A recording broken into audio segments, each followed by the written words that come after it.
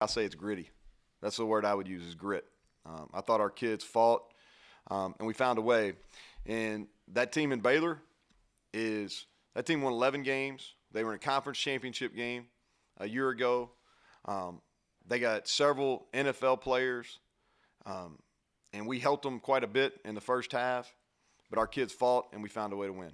And my hope is, now we've got to continue to get better. We've got to get way better offensively. But my hope is we can point back to this game in this second half and us finding a way to win and not lose, which is what I was talking about after the game at Oklahoma State. We found ways to lose that game. Here at home, we found a way to win. And I hope what we can do is we point back, we get this thing rolling, we can say, hey, this is the game, kind of figured it out. And where in a contest where a lot of things went wrong against a really good coach, a really well coached team, a lot of returning players, and with a quarterback that's just figured out how to win close games. No, West Virginia found a way to win today, and so I hope that's the storyline because I'm proud. Defensively, I want to start there. In our program, in defense, we talk about takeaways, we talk about negative plays, sacks, tackles for loss, and we talk about red zone defense. Today, we won the game. We had several takeaways, played our tails off in the red zone. And then we had 6 sacks, numerous tackles for a loss. Sudden change, which we practice a lot, is put out the offense, put the ball, turn the ball over, defense came out and immediately put it, got off the field or made them kick field goals. And so you look at the stats, 27 rushing yards against a team that has 2 NFL running backs. 6 sacks, 11 TFLs we already talked about. Thought Darius Stills played like the preseason hype he's been given.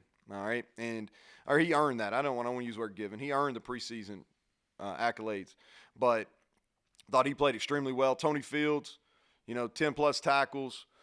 Josh Chandler, 2 TFLs. Alonzo Adal was big again today. Tykeet Smith and I thought Drayshawn Miller, huge interceptions. I thought special teams-wise, we flipped the field. I thought our coverage units were special. You're talking about a kickoff return team that returned 2 for a touchdown last week. We tackled them inside the 25 every time. We flipped the field, made them fair catch. Our punt team did. I thought we were really good there. Obviously, had the costly mistake on punt return. And then offense, here's the deal. It wasn't good enough. At times, it was hard to watch, extremely frustrating. But here's what I'll say about this. In the second half, the offense didn't screw it up. Because it could have been screwed up, and the offense didn't screw it up, and it found ways to win. If you look at it and you go back, offense had the ball 46 minutes, all right?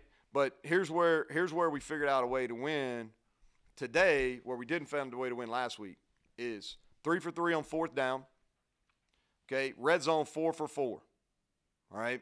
And then if you look at our second half scoring drive, okay, and I wish we were saying plural, but it was a drive. All right, we ran the ball 8 times, and we figured out a way. We figured out a way to get it in the end zone, and I thought we played well in the overtimes. I thought for whatever reason we kind of relaxed and just played. But there's a lot of we got to clean up offensively. We got plenty of time to do it. But gritty win overall. And with that, I'll open it up for questions. First question will be from Greg Hunter. Go ahead, Greg. So, Neal, you talk about those 4th down plays. Was that something that you sort of knew you were going to have to push that button going in, and then talk specifically about the one in overtime on 4th and inches and going for it and then throwing out of that to Michael Lossner? Well, so we go in with a plan. Data analytics, we play the numbers. I believe in it. I think it's proven if you go for it on 4th down, especially in your plus territory, over the course of a season, those percentages play in your favor, and so we always are going to be aggressive on 4th down. Okay, I'll say that first and foremost. And then in overtime, if you look at the numbers, and this is something that was a little bit of an off-season study for me, is if you get the ball first, field goals do not win in overtime. And you can look, there's numbers, there's a couple data companies we use. Field goals do not win in overtime. So we knew when we got the ball 4th and 1 there, Jared had a really good suggestion. I thought, and I'll say this too, I thought our offense staff was figuring out ways because we had to, we got in some close formations because number 8, we had all kinds of trouble with him. we blocked them pretty well up front early, and then number 8 and number 2 made about every single play. And so hats off to them, great players. But the one in overtime is we felt like we tried to run it up there a couple times on 3rd and short. One in particular, we had the ball 3rd and 4, and we were going to run it and then go for it on 4th down, and we got hit for a tackle for a loss. And they were really in there squeezed, and they were jumping our cadence pretty good. So we felt like we could throw it. That's a play we like. Both those that play on 4th and 1, and then the first play of the second overtime were naked plays we felt pretty good about. And I know y'all been talking about tight ends. We wanted to get the tight ends the ball, which they should. When you run the ball decent, you need to throw your tight ends. And I thought, I don't know how many they had total, but probably had six or more between them. Next question is from John Antonic. Go ahead, John. I got 2 here, Coach. First of all, just expand on what Darius Stills did, because it looked like effort-wise he was really out there and then basically lining up in our backfield a lot. And then 2, your first down struggles on offense. Is that a component of the penalties and all of that? Yeah. So let's talk about the negative first, and I'll wrap up with the Darius being positive. So the negatives on first down. We figured out a way in the first half, in the first 2 drives in the second half, to get in our own way about as good as you can possibly do it. Okay, and it could be procedure penalties, it could be drop passes, it could be poor passes, it could be falling off on blocks, it could be bad play calls, all the above. It went about as bad as it could go. All right, we started off with a good drive. We really felt good coming in. We had a good week of practice. People don't want to hear that. We had a good week of practice. First drive of the game, we take it however many yards down the field, and score. And then after that we struggled, and it really wasn't. And they're good on defense, so I'm not trying to. But we just got in our own way. Now, the positives on that were a year ago we would have never overcame that, okay? But we've talked a lot about, stopping complaining, stopping the blame game, and stop defending and stop excusing. BCD is kind of what we talk about: blame, complain, defend, excuse. And where the growth is offensively is we figured it out really from the 3rd drive on. Not all of them were scoring drives, okay, but we figured it out where we got some movement. And we figured out ways, and we had some guys be really unselfish, and we were able to move the ball, and we had a big scoring drive, and then we were able to put it in the end zone twice. So we've got to get it cleaned up. We'll worry about that another day. I'm gonna be happy we won. Darius, I thought he's had 2 really good weeks of preparation. Okay, and so Darius has flashed on and off, and again in his career on game day, he really has. Where we've been really pushing him, and Coach Leslie is the number 1, and Mike Joseph and myself, where we've been really pushing him is his preparation, taking care of his body, how he practices, and if he'll do that and really devote himself all week, not just on Saturday, if he'll devote himself all week on Saturday, then he'll be productive, and then at the end of this year he's going to get what he wants, which is an opportunity to play at the next level. And so for 2 weeks, he's done that. He was a captain for the game today, and that's voted on by our staff. And so to get that in that position, that means you're in a position of trust. And so, but I was proud of him. And he was emotional after the game. He was spent. He really was. And when you invest that much, and you're going to be a little emotional. So I'm proud of him. Okay, we'll go to Kevin Kinder. Coach, following up on Greg's question, you rattled off all those analytics things really quickly. Do you know all of those immediately? Is somebody on the headset saying, "Hey, Coach, here's the analytics for this situation"? How's that process work? No, I think about it from Thursday on, just as far as, hey, we get to a certain yard line. If it's 4th and 3 or less, we're going to do this. If it's 4th and 2 or less, now predetermined. Like, hey, if we get in 4th and 1 or less, and it's an overtime, and we get the ball first, man, we're going. Okay, that's a decision. You can't just make those in the game. Those are things that you put thought process in, and because if it didn't go right, I'm gonna have to come in here and defend it, right? And so, but I just believe in it. I believe in it even if it didn't go our way. Field goals don't win in overtime. Next is from Cody Nesper. Neal, I have a two-parter here. One, you already mentioned Bernard. Do you think having that impact middle linebacker is just kind of a necessity in the modern game? And two, do you think Tony Fields is turning into that for you? I think they're both very similar players. And if they both would walk in this room, I don't know if they would be what you would call prototypical Mike linebackers. But what they are Mike linebackers in today's game. I mean, those guys can run. They really, both of those guys, talking about Bernard, who I have a ton of respect for, and Tony Fields, who I'm proud he's on our team. I can tell you that, is they're difficult to block. And the thing about those guys, they can play out of the box, because that's where number 2 hurt us a lot, out of the box. And Tony can do the same. They can play out of the box. They can play in the box. They do a good job taking on blocks and running around because they run well enough. They can drop in coverage. I mean, what about the play number 2 made? People are going to forget about it, okay? And I'm sure Daigie will get beat up because he threw a pick. But you talk about an unbelievable play. Bernard made an unbelievable play on that second turnover we had in the first half. He jumps up, tips it, catches himself on his back. That was an unbelievable play. But I think those guys are very similar. I think they're NFL players, and I think they're difficult. They're difficult to play against because in both schemes they move around a lot. Next question is from Matthew Thurnsbury. Hey, Coach, going off of that, can you just talk about what Tony Fields brings to the game? I just seemed like he was all over the field tonight. Yeah, he's experienced. He really is. He's experienced, played in a lot of big games.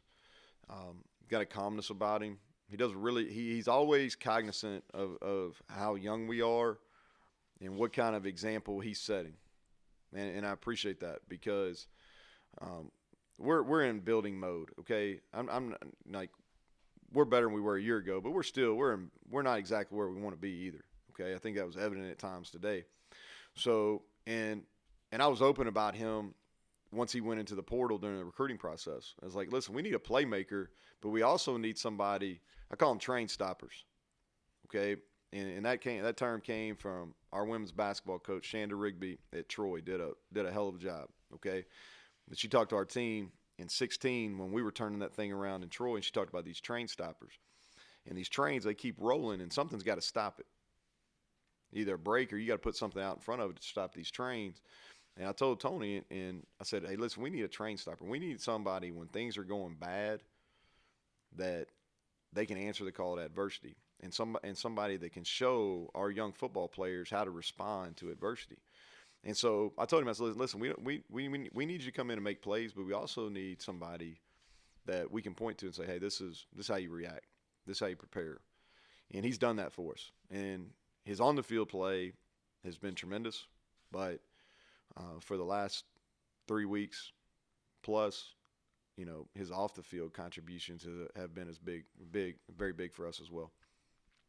We'll take these last 3 questions in the queue. Go ahead, Chris Anderson.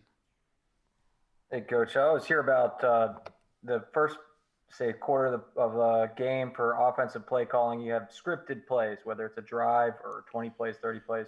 Do you do that? And if so, at what point today did that kind of cut off? Because you mentioned the first drive was so well, and then, kind of downhill after that. Well, so we scripted the first 6, and we scripted the first couple third downs. So, and we tried to go back to that script 2 different times, and you can watch it. And we tried to go right back because that's something that's pretty common. If you have success on the opening drive, at some point, if you get a little slowed down or bogged down, you'll go back to that. And we tried to do it 2 different times, and we didn't do a very good job of executing. Once we turned the ball over 3 times, and I thought our defense was doing a really good job of controlling the run game. We went into halftime and said, hey, listen, we're going to have to score at least 1 more time, maybe 2. But what we can't do is this has got to be a field position game. And I said, let's figure out how we can, because what was happening was they were bringing, those guys were really well coached, okay, and they got a pretty good idea about what our weaknesses are. All right, so they were really condensing the edges on us, things that we'd had success with Letty in the first 2 weeks because we were different running the football than we were a year ago. So they were really condensing the edges. So we went back and said, okay, what are some things we can do that maybe we hadn't game plan wise, but it's not going to put a whole bunch of different things on a quarterback. It's not going to put a whole bunch of different things on our offensive line, and we can execute and we can try to eliminate those edge players. And we did that. And like I said, it wasn't a thing of beauty, but offensively we didn't lose the game. And so, and sometimes in these games you got to do it. And, the Big 12's changing a little bit. Last week was kind of a grinded out game that we found ways to lose. This week we found ways to win. And, it's not always going to be like that. The offense is going to have to bail out the defense at some point. Today it was other way around. But a lot of credit to our offensive guys for regrouping, not getting down, and finding a way to put the ball in the end zone twice in overtime. Next question is from Mike Kazaza. Yeah, how's it going? I'm worn out, Mike. Feel like I played. Yeah, me too, believe it or not. I want to ask you about your receivers. What do you think of your outside guys today based on the challenges that you put forth this week for them? And then Wheaton had probably not his best day and ends up with a pretty sizable play at the end. And the fact that he's on the field still and makes that play probably speaks to your faith in him. Yeah, so I think when players are young is you've got to be really careful how you handle them, okay? And probably the best analogy I've been watching playoff baseball, just because a pitcher gets hit a little bit, if you know he's going to be a pitcher that's going to be in your organization for a long time, you're not necessarily going to just pull him. And so that's kind of the way I think about it with our team in all areas. Is we talk about faith, we talk about trust, and having faith in one another, and having trust, and I think that you got to be really careful. Now, if somebody's not getting the job done, you got to put somebody else in that can get it done. But for a young player, once that trust or belief or whatever goes away, it's really hard for them to overcome. And so I always want to be a coach that our players understand that I'm gonna have their back and I believe in them. And so that's what we did today, and it worked out. Now we got to get better. If we can't play any better, then we're gonna have to get some other people in. But I'm not a big proponent of doing it right in the game. That's just my own personal philosophy.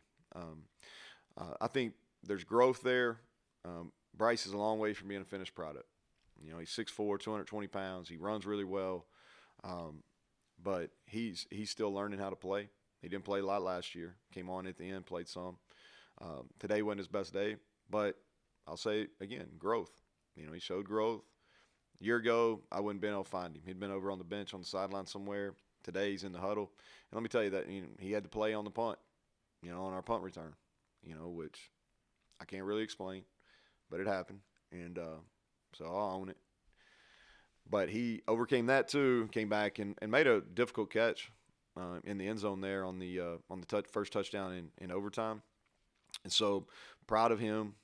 As far as a receiver group, we got to play better. Ball hit the ground too many times. We had drops.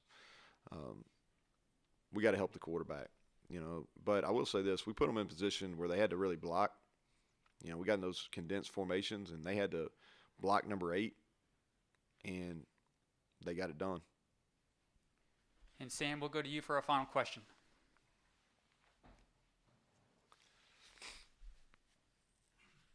Go ahead, Sam.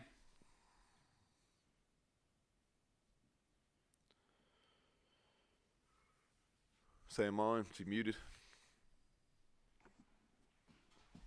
Go ahead, You guys Sam. hear me? Yeah, we got you, Sam. Sorry about that, Coach. There you You go. mentioned Darius obviously breaking out earlier today. I believe he had 2.5 sacks, but overall the team had 6 with 11 TFLs. It really seemed like you guys were owning the box. What did you guys think of, or what did you think of your guys' defensive line play, and how critical was it to the win? Yeah, I was really pleased with our defense overall. I thought that Coach Leslie and Coach Adai did a tremendous job with the game plan coming in. It felt like they had a good plan.